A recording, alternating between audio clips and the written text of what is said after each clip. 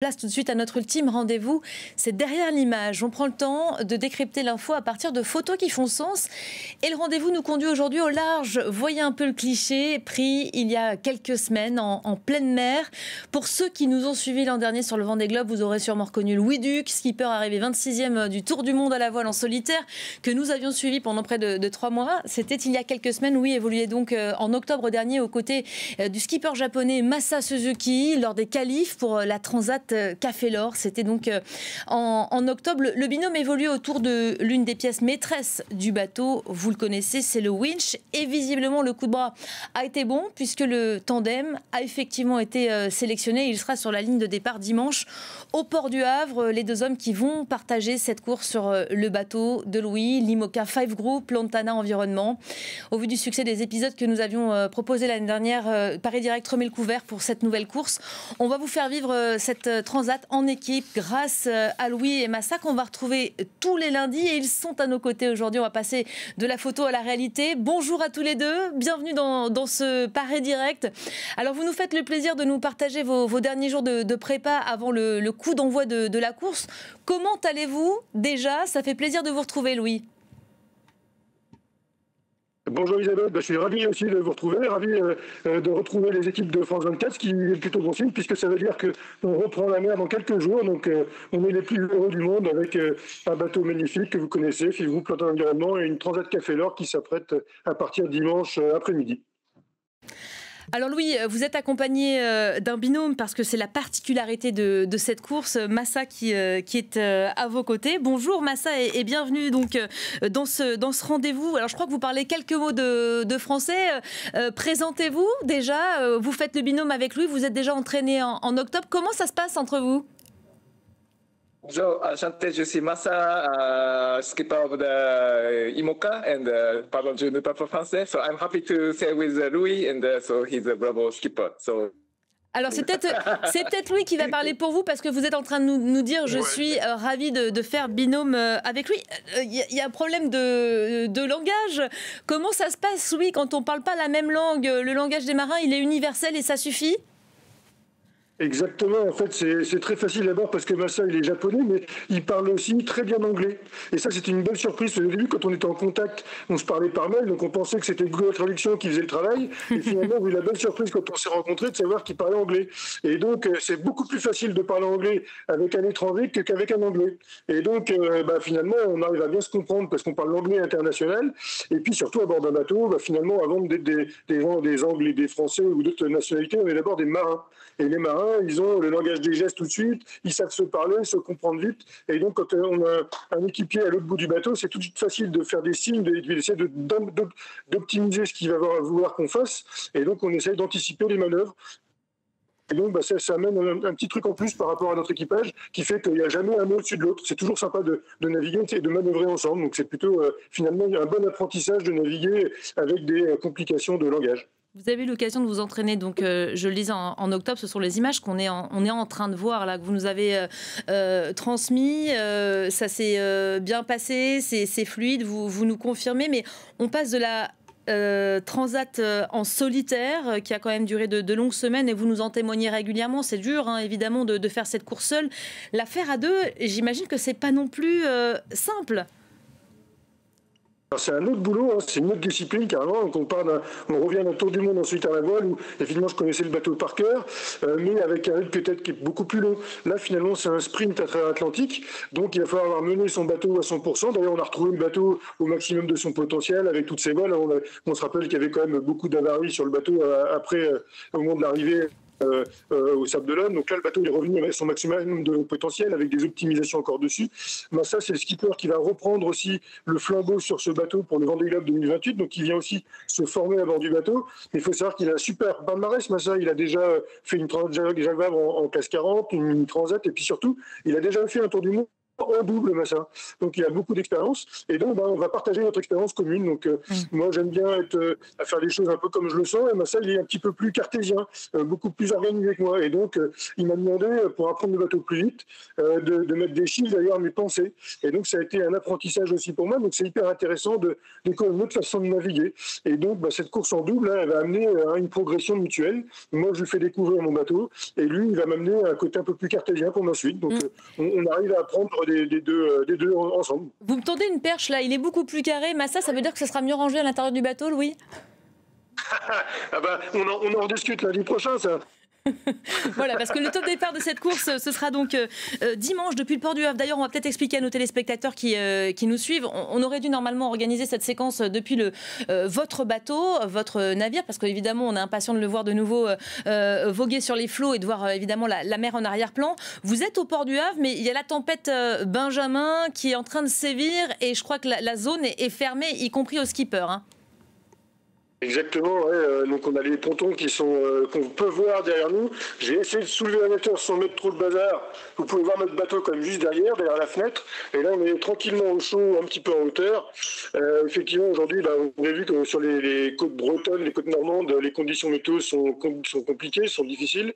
Et donc le village de course est fermé au public. Et les skippers aussi, on peut y aller occasionnellement pour aller vérifier que les amarres, que le bateau va bien, mais on ne doit pas rester trop longtemps à bord des bateaux. Donc on se plie à cette règle. Et puis finalement, quand il y a des conditions comme ça, on est quand même mieux être à terre tranquillement au chaud qu'en mer. Donc on est content que ça soit avant le départ et puis pas après cette condition-là. Effectivement, vous passez entre les mailles du filet et c'est tant mieux pour vous. Alors, on parle du village. On n'est plus au Sable d'Olonne. Là, cette fois, on est au port du Havre. Ce sera dans 3 jours. Top départ sera donné de cette Transat Café l'Or.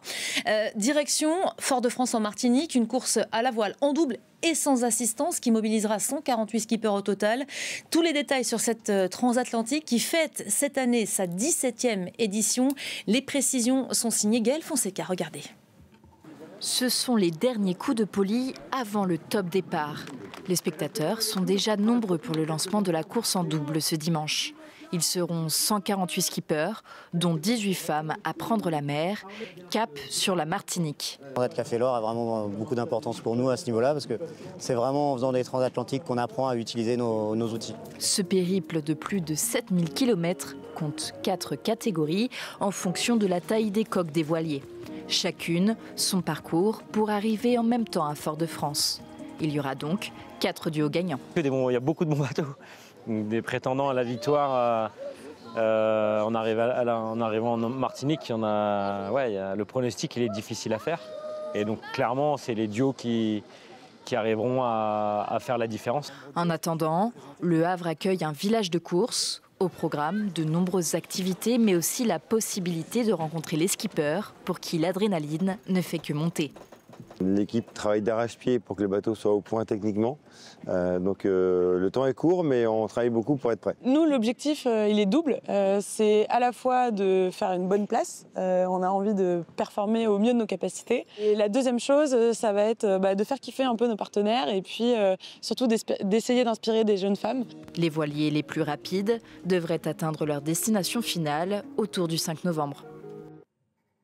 On parle peut-être un peu de votre bateau, Louis, qui sera bientôt celui de Massa, cet IMOCA qu'on connaît bien maintenant, Five Group, Lantana Environnement. En fait, vous faites un peu coup double avec cette transat. Vous allez naviguer ensemble et ça va être une forme de passage de relais parce que vous nous le disiez tout à l'heure, Massa va à terme racheter le bateau.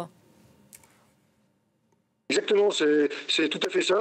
Donc Massa, alors je le connaissais par deux noms depuis quelques années, puisqu'il n'est pas nouveau dans les circuits de course à large. D'ailleurs, c'est une belle expérience de faire ça, d'avoir un duo un peu comme ça, d'avoir aussi quelqu'un qui n'est pas né en Bretagne ou en Normandie, avec l'accès sur la course à large plus facile. Quand on vient d'un pays beaucoup plus lointain et qu'on a envie de faire de la course à large, c'est beaucoup plus compliqué. Donc moi, j'admire beaucoup le parcours de Massa, de s'être engagé là-dedans.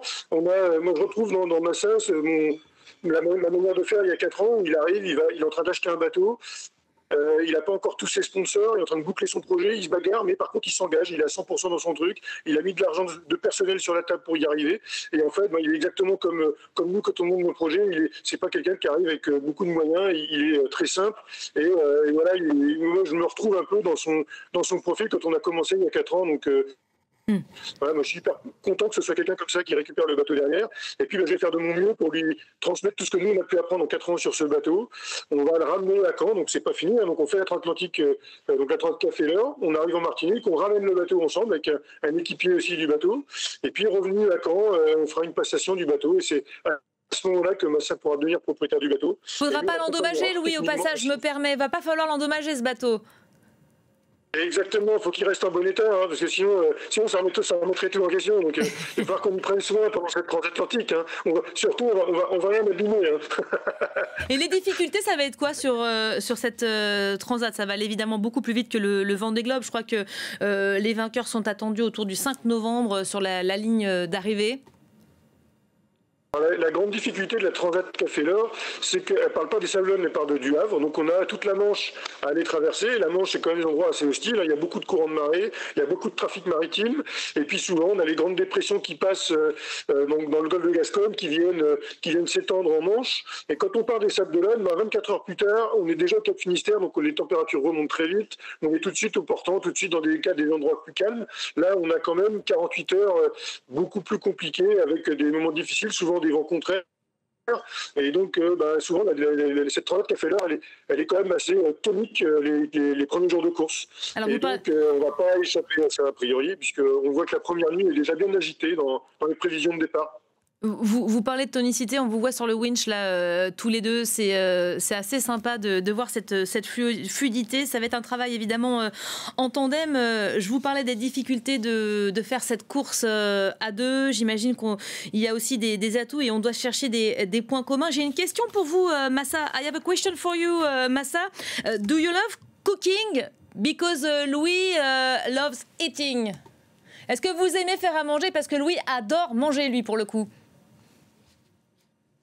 So we have a separate food box in both. So I have a Japanese food, so Japanese wok, and the Chinese wok also. And Louis has French food. So sometimes we switch the food on board. So we really enjoy the French food and the Japanese. Alors, je crois que vous avez prévu de vous échanger chacun vos spécialités parce que vous avez chacun vos box food, comme il le dit Massa. Chacun va amener ses propres rations. Je crois qu'on a un cliché de Massa que vous nous avez donné avec des spécialités japonaises. Ça donne évidemment envie. On l'a vu aussi vous apprendre à faire des nouilles japonaises. Louis, ça a dû vous parler, vous le gastronome que vous êtes.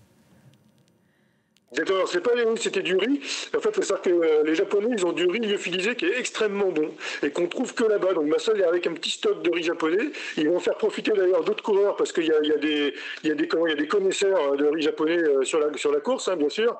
Et donc, on a tous les deux, forcément, pour pas inquiéter Massa, il n'a pas voulu tout reprendre ce que je vais manger moi, mais on va changer nos trucs et ça fait un petit échange sympa en fait. De toute façon, quand on commence à manger en bateau, on a toujours le sourire.